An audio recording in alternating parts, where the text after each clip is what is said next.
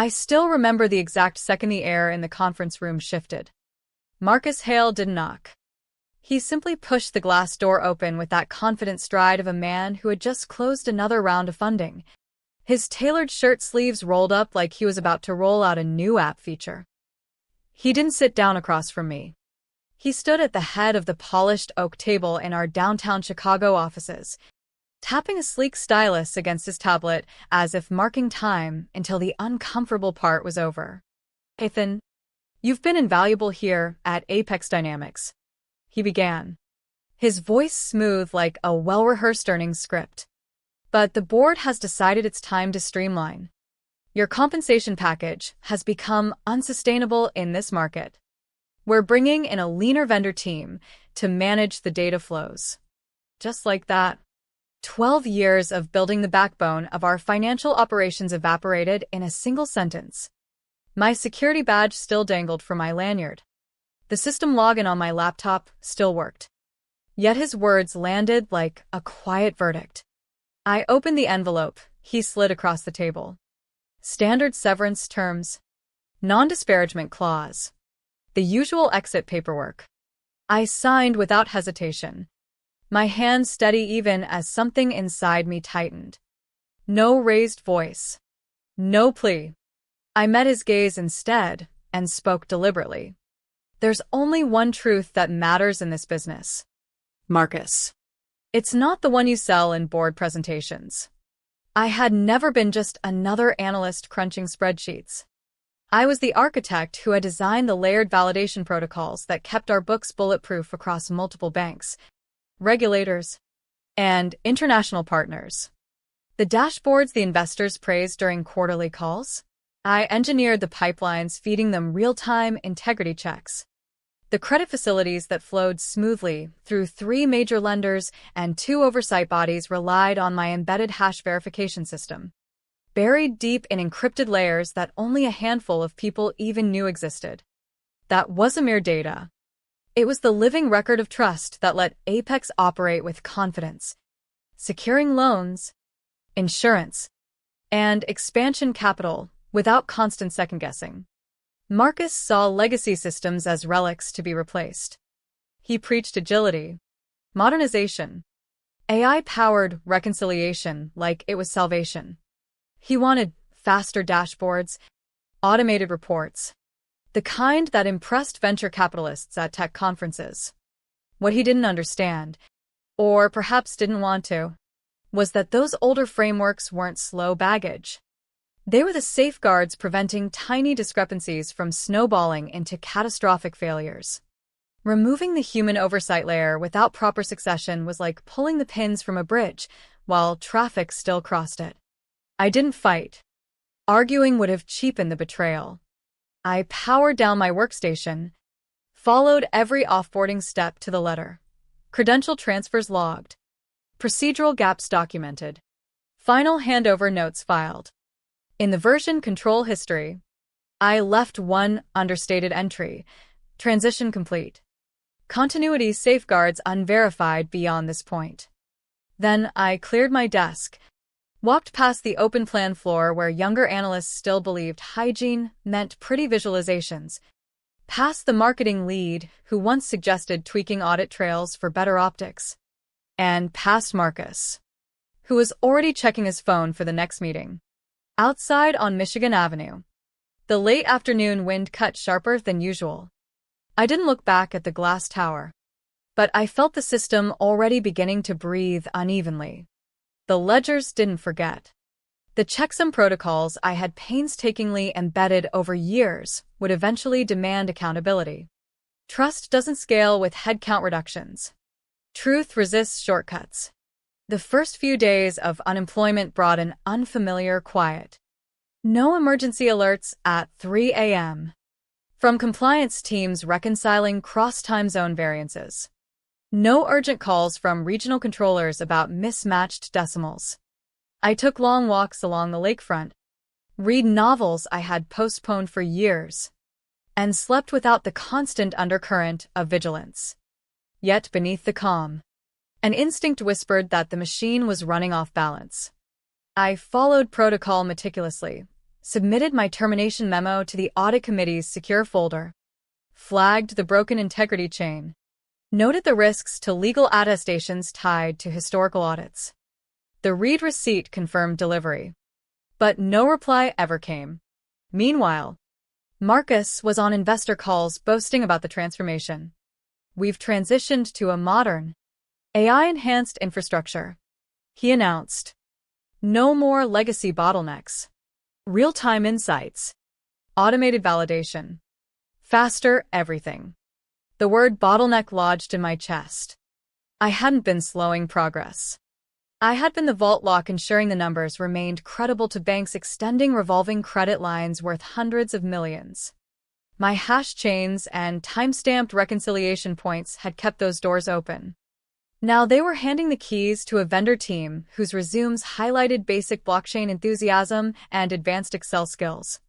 None with experience handling enterprise-scale financial continuity. I tried to move on. Deleted work apps. Ignored industry alerts. But the whispers began anyway. The first red flag arrived quietly in a quarterly reconciliation note from a mid-sized regional bank in the Midwest. A single line buried in the report, historical balances show unexplained variance from prior verified figures. To most eyes, it looked like a minor ingestion delay or a rounding issue. To me, it was the first tremor. By the next month, the discrepancies had multiplied across 5 institutions. EBITDA figures for trailing periods no longer matched what the new dashboards displayed. All of them pulled from the same live system that had supplanted my protocols. The new team was overriding validated tiers without realizing it, ignoring the old control tags, snapshot triggers, and forensic lock points I had built in over a decade. What appeared to them as obsolete code was actually the shield keeping the structure anchored. Without it, the numbers began to float unmoored. 3 banks escalated first, then 5. Audit assurances and shiny BI visualizations no longer satisfied them. They demanded the original ledger trails, signed reconciliation histories, time-stamped attestations. Marcus wasn't initially involved. The inquiries bypassed finance and went straight to the board's compliance liaison. Her response was factual but devastating. The architecture was previously managed by Ethan Caldwell. He is no longer with the company. The banks heard abandonment, not procedure. Their reply came without flourish. All revolving credit facilities will remain frozen until the prior custodian validates continuity. Capital flow halted with clinical precision. This wasn't fraud or error. It was the absence of the one person whose name still appeared on notarized continuity clauses from past audits. Clause 9C stated clearly that financial integrity guarantees required uninterrupted designated stewardship. My name stood alone, with no delegation procedure filed.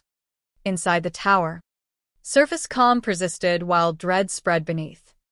Legal teams whispered in hallways. Treasury locked down meeting rooms. The new data specialists worked longer hours, but couldn't produce the chain of custody records the lenders required. Marcus spun it publicly as transitional turbulence, using terms like optimization and adaptability. Privately, credit officers scrambled to calculate runway before payroll tightened. Vendor payments stalled. Short-term liquidity buffers shrank. The board finally convened behind closed doors. Someone asked the unavoidable question, who approved removing the contractually designated steward of the ledger? The room fell silent. Marcus's answer was small but final, I did. No defense followed. The realization settled heavily. This was self-inflicted. Prestige couldn't override protocol. Discrepancies grew louder. Vendors held payments. Investors issued breach notices tied to validated controls.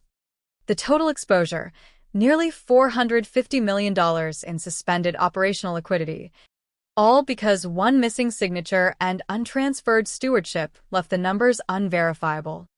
Panic intensified as regulators began circling. Preliminary inquiries arrived from the SEC, the Comptroller's Office, and insurance underwriters questioning data validation processes. The technical systems still functioned, dashboards populated, reports generated. But without verified integrity, they were just pictures. No one trusted them. The company tried frantic restoration attempts. Version forks misaligned. Snapshot hashes failed authentication. An infrastructure engineer finally voiced what everyone feared. Only Caldwell's original credential seals maintain full ledger continuity.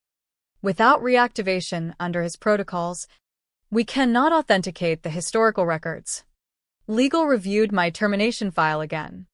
There, on the final page, was my memo. All custodial authority and continuity validation cease at separation. No reissuance without formal designation per Clause 9C. Ironclad. Professional. Final. They had allowed the sole thread connecting current operations to 7 years of audited legitimacy to walk out the door. Now they flew blind. Numbers flowed. But credibility had evaporated. I received the first outreach attempts at my personal channels. An email to my old address bounced. Then a LinkedIn message from a junior auditor, Mr. Caldwell. The board is in crisis. They need your response urgently. I read it, closed the app, and let the silence stretch. This wasn't negligence on their part. It was the direct consequence of choosing cost savings over continuity. Inside Apex, emergency sessions multiplied. The finance floor emptied in waves. The imported efficiency experts found themselves locked out of critical systems, while legal tried reconstructing access trails no one had properly documented. Grant no. Marcus showed up earlier. Stayed later. His usual confidence cracking into visible strain. Suits fit looser. Pauses in speech lengthened. The fracture ran deeper than anyone anticipated. Convertible note holders threatened to trigger material breach clauses, potentially clawing back prior issuances. Treasury exhausted discretionary reserves. But the blocked revolvers represented nearly half the cushion. A quiet warning became 5 urgent calls. Doubt in finance carries a heavier cost than any outright mistake. The board's special session convened with leather chairs, tense faces, and the rhythmic clicking of pens marking collective anxiety. I entered through the service entrance to avoid spectacle. Badge recognized instantly by security. No greetings exchanged. I placed a manila folder before the legal lead containing annotated system schematics. My SHA 512 hash seals across multiple cycles. A sealed reactivation protocol. And continuity affidavit guidelines. The roadmap back to credibility the new team never requested. This buys 72 hours. I said calmly. After that, fresh audits will be necessary if anyone agrees to sign. No lecture. No pitch. I turned and left the same way I came, hearing only a muttered desperate acknowledgement behind the closing door. They understood. This was mathematics arriving to collect its due. Not redemption. That evening, another closed session occurred without Marcus present. By morning, he was placed on administrative leave pending review, a polite precursor to termination, with legal examining bonus clawbacks. The audit committee chair called personally. Her tone carried uncharacteristic humility. We want to make this right. Rebuild from the source. Clean and unquestioned. The offer came with triple my prior compensation, direct board reporting, independent authority, and the title, Custodian of Financial Continuity. No managers, no committees, just responsibility for the keys. I accepted not for vindication or money, but because the work itself deserved protection from those who viewed trust as a checkbox. Something vital had been abandoned, cheapened, nearly destroyed by hubris disguised as progress. It needed stewardship again. The certification report issued Monday morning via encrypted courier and secure transmission. A new section appeared, Continuity certification valid until alteration by designated custodian. Signed digitally by me. Cryptographically sealed. Banks exhaled. Credit facilities cautiously reopened. On the investor call, I stayed off camera. Voice steady. Midway through projections, a veteran investor asked the question lingering unspoken. Could this happen again? Only if the checksum is removed once more. I replied after letting silence settle. No further comment needed. Everyone understood now. The checksum wasn't mere code. It was disciplined memory. Integrity held by a person, not ego or automation. 1 week later, the dashboard reactivated with a pulsing banner, ledger integrity verified by custodian. Updated every 60 seconds from protocols only I touched. Sitting in my apartment watching the feed, coffee cooling, I felt clarity rather than triumph. Data records everything: mistakes, intentions, shortcuts. Buried within the numbers was this story too. In the end, systems don't forget. And neither do the people who once kept them honest. The pursuit of efficiency must never eclipse the guardians who ensure truth endures.